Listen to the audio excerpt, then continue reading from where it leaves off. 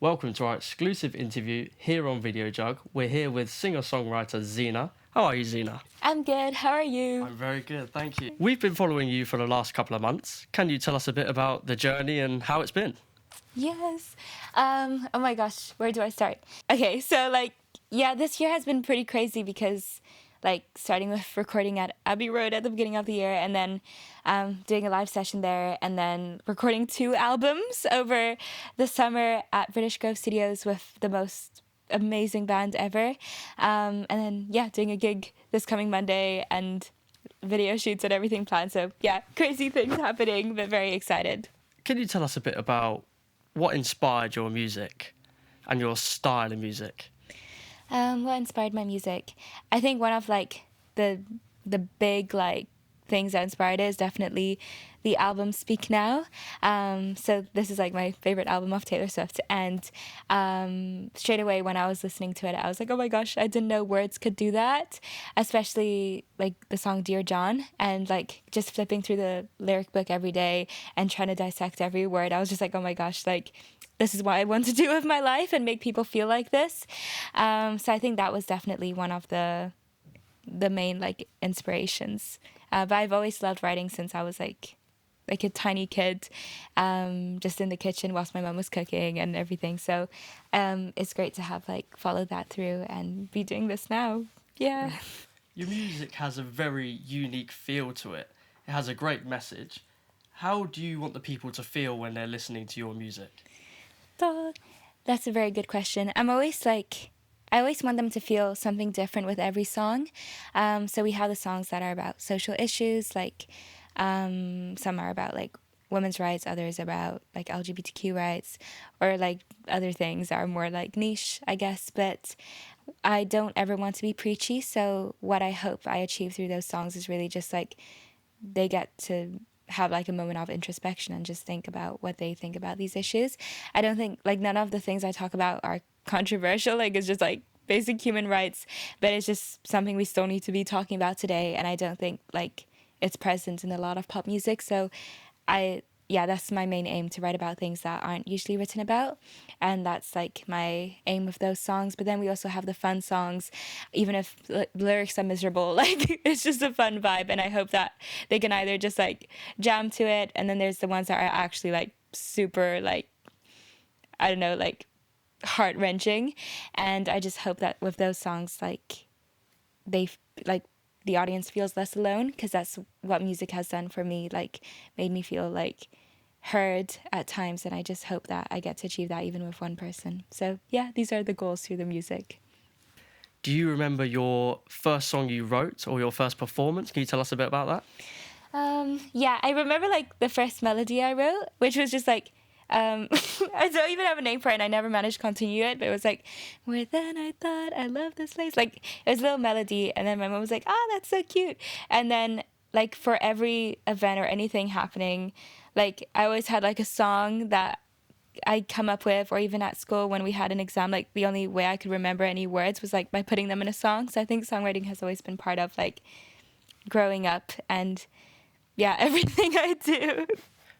What's some of the biggest challenges you think you've faced? So I think the main challenge at the beginning was not really knowing anybody in the world of music. And although I was really lucky to do musical theater as a kid and everything, I think most of my friends always wanted to do a career that was separate from the creative industry ones. And so I think one of the the major things that changed my life was moving to London and surrounding myself with so many creatives and people working in music as their career, which in my family, normally if you work in music or theater or anything, it's as a hobby. So now they're super supportive as that as a career.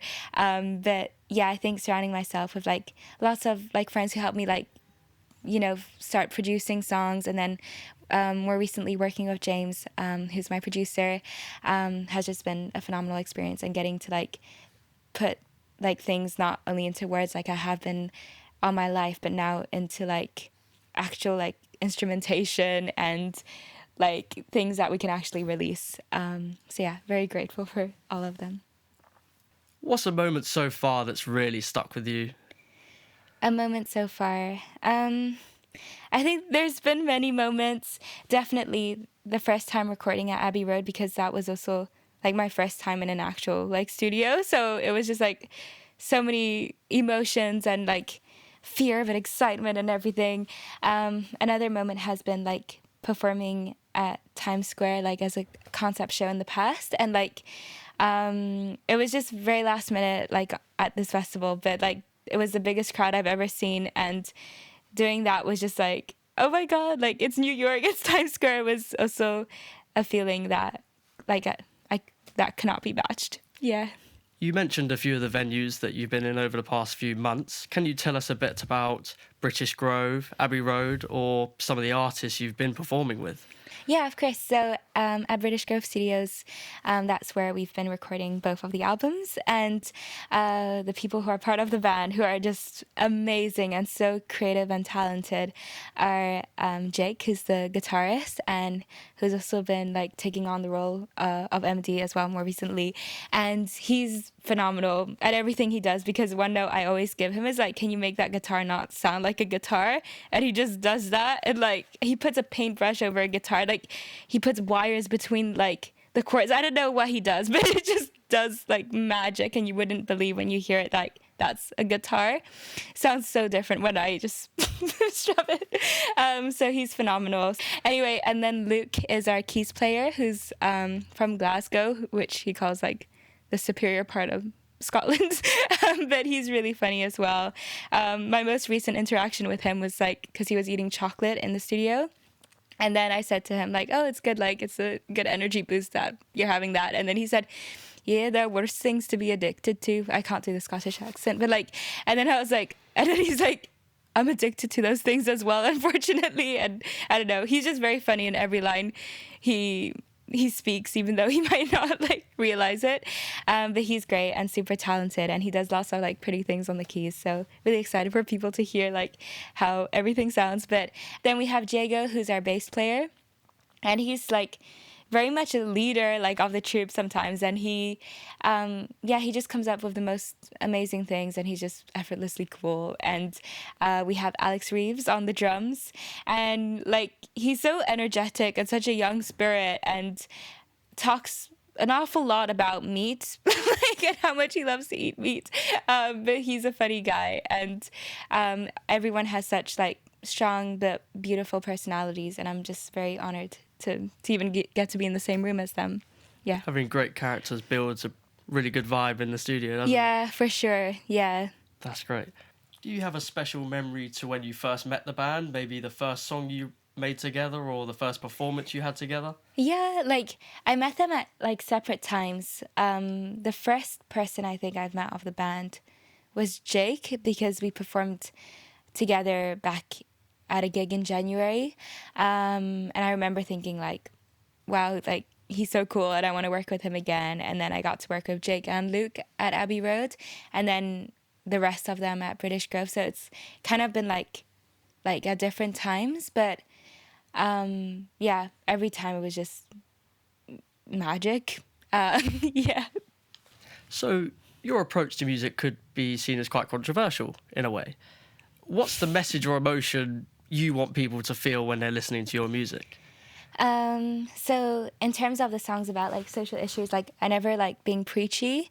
So I think what I want through those songs is mainly for people to just have like their own like introspection about like how they feel about like certain things. So there's a song about like women's rights, LGBTQ rights, which I don't think it's controversial, but like I think it's just like things that they're just human rights, right? So I just think it's important to write things like that, because somehow we're still questioning them in this world. And then the other songs, which are like more fun, well, they're fun, but they're sad, you know, because they just sound fun, but they're, yeah, lyrically like miserable.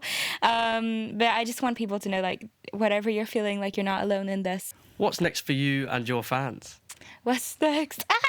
I mean, there's so much coming. There's like 2 albums coming, so that's like crazy. what I'd love to do, especially, is because a lot of all the lyrics, or many of the lyrics, are very visual. So what I'd love to do is, because when I write, I have like the whole music video playing in my head. So what I'd love to do is to transpose those words into worlds that are, yeah, cinematic and everything. And within those videos, also like put in like loads of Easter eggs, because like Taylor does that, and I love like analyzing and writing literal dissertations about her music videos. So to do that would be a lot of fun, to like create a scavenger hunt within like just an image. I think that's really cool. But yeah, we're gonna be playing shows again, and hopefully releasing the music. Hopefully, yeah, like hopefully a lot of things, but we're doing it. So yeah, there's so much, I don't know how to like contain that within words. And I'm like really, really happy with everything we created. So just really excited to share it. Yeah. Great. Thank you very much, Zina. Thank you.